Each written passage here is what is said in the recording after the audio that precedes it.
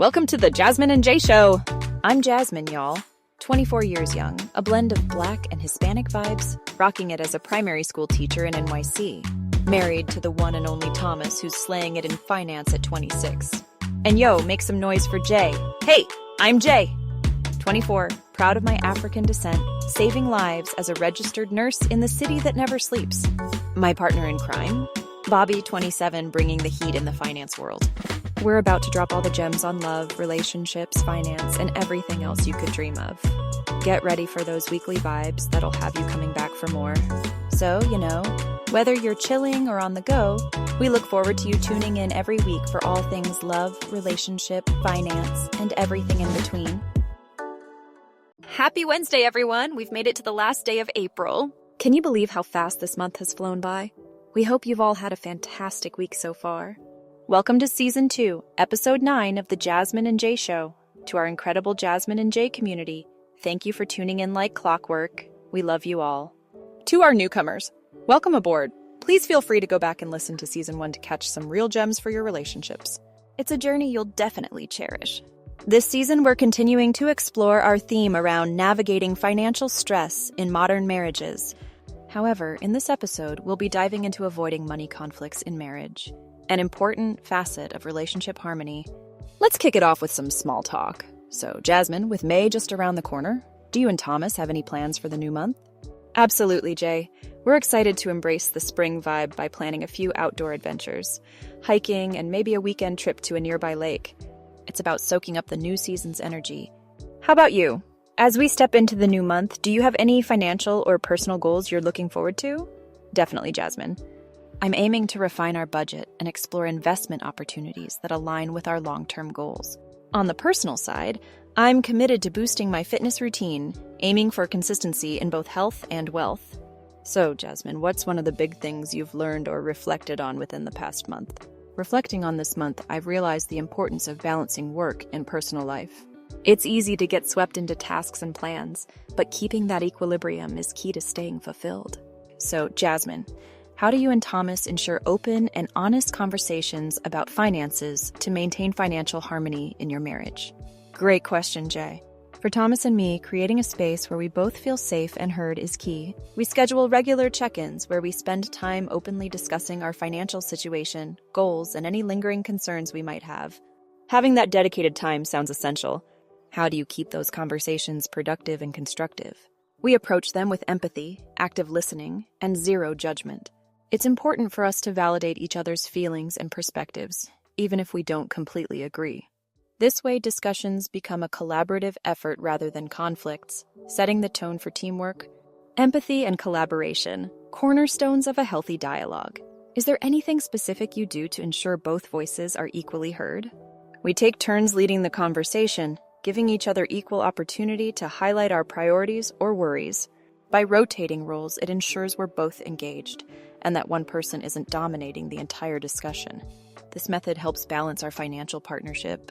Balancing the conversation is definitely key. Any particular approach when tensions rise or disagreements emerge? When tensions rise, we focus on staying calm and sticking to the issue at hand, never letting emotions overshadow the conversation. If things get too heated, we step back, take a breather. This frames the conversation around personal feelings rather than placing blame. I statements really do keep it personal and respectful. How do you align your divergent priorities into a cohesive financial plan? We identify common goals that resonate with both of us, then break them down into manageable steps that consider each other's priorities. Assigning responsibilities based on our individual strengths also maximizes our joint efforts and balances the load. Balancing strengths really does help make a cohesive effort. What's your strategy when disagreements on expenditures arise? When disagreements pop up, we pause and take a step back to assess the underlying concerns or values driving those priorities. If tensions rise, we set it aside for a bit to cool off, then revisit it with a clearer mindset. It's about finding a win-win that aligns with our shared vision. Finding common ground fosters unity. Any advice for couples looking to harmonize spending habits and priorities? Prioritize open communication and approach differences with curiosity rather than defensiveness. Embrace flexibility, and remember that the ultimate goal is to build a future together, not to win the conversation. So, Jay, how do you and Bobby balance financial independence while still working towards shared financial goals as a couple? Great question, Jasmine. For us, maintaining financial independence while working towards shared goals starts with clear communication and understanding of each other's needs. We have individual accounts for personal expenses and a joint account for shared financial responsibilities. That sounds like a solid structure, balancing both personal and shared financial spaces. How do you decide what expenses fall into each category? We have discussions to set clear boundaries and expectations on what counts as a shared expense versus personal ones. This involves talking about our priorities and agreeing on thresholds that require joint decisions. By having those guidelines, it keeps things clear and conflict-free. Having those guidelines really helps prevent misunderstandings. How do you ensure both financial independence and shared goals are nurtured equally? We prioritize regular check-ins where we assess both our personal financial health and our progress toward shared goals. In this way, we make sure both aspects are equally valued and nurtured, reinforcing that both individual autonomy and partnership are vital to our relationship. Regular assessments ensure everything's balanced. Great strategy. What do you do if conflict arises between individual spending and shared goals? If conflicts arise, we approach them with the understanding that both perspectives are valid. We aim to reach a compromise that respects each other's independence while keeping our shared vision intact. Sometimes it means adjusting our plans or timelines to maintain harmony. Compromise and adaptability go a long way in maintaining balance. Any advice for couples trying to balance financial independence with shared objectives? Focus on creating a financial structure that respects both individual wants and revisit the issue when we're both ready. It's all about maintaining respect and understanding. Respect and understanding transform challenges into opportunities for growth. Any advice for couples who might struggle with being open about finances? I'd say start small, gradually building trust through consistent communication. Focus on creating an environment where financial discussions are regular and expectations are clear.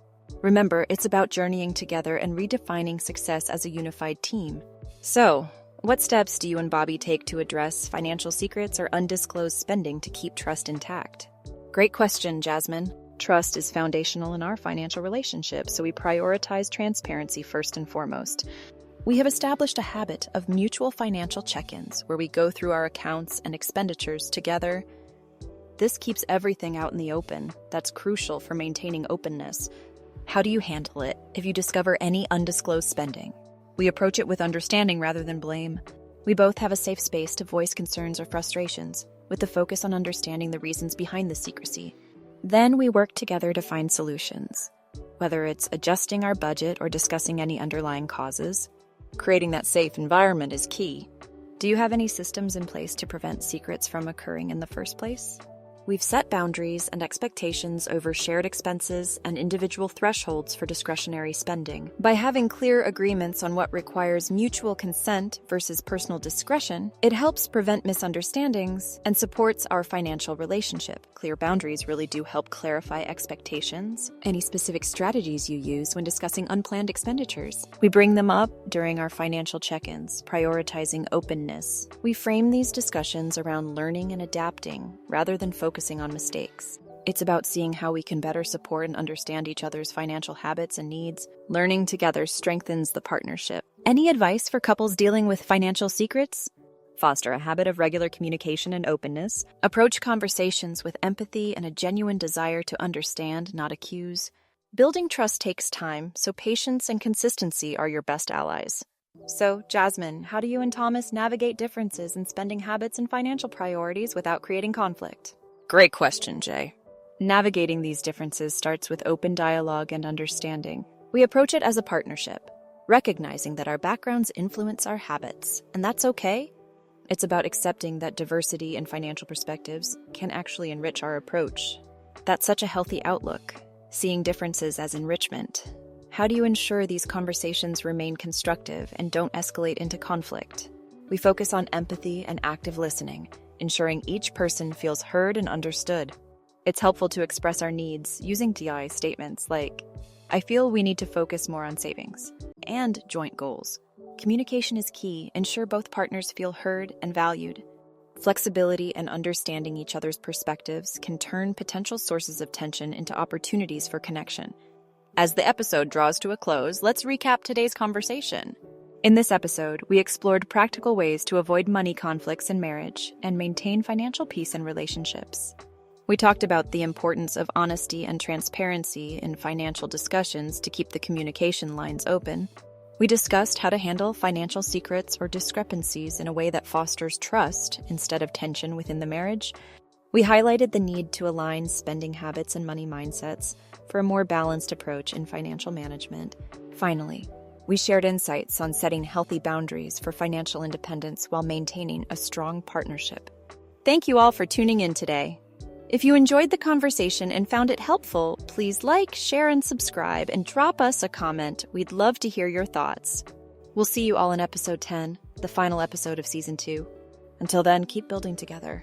Thank you so much for tuning in to the Jasmine and Jay Show. We really, really hope you enjoyed this episode. And don't forget to like, share, and drop a comment or question. We're all ears. See you next week for more vibes and good times. Keep shining bright.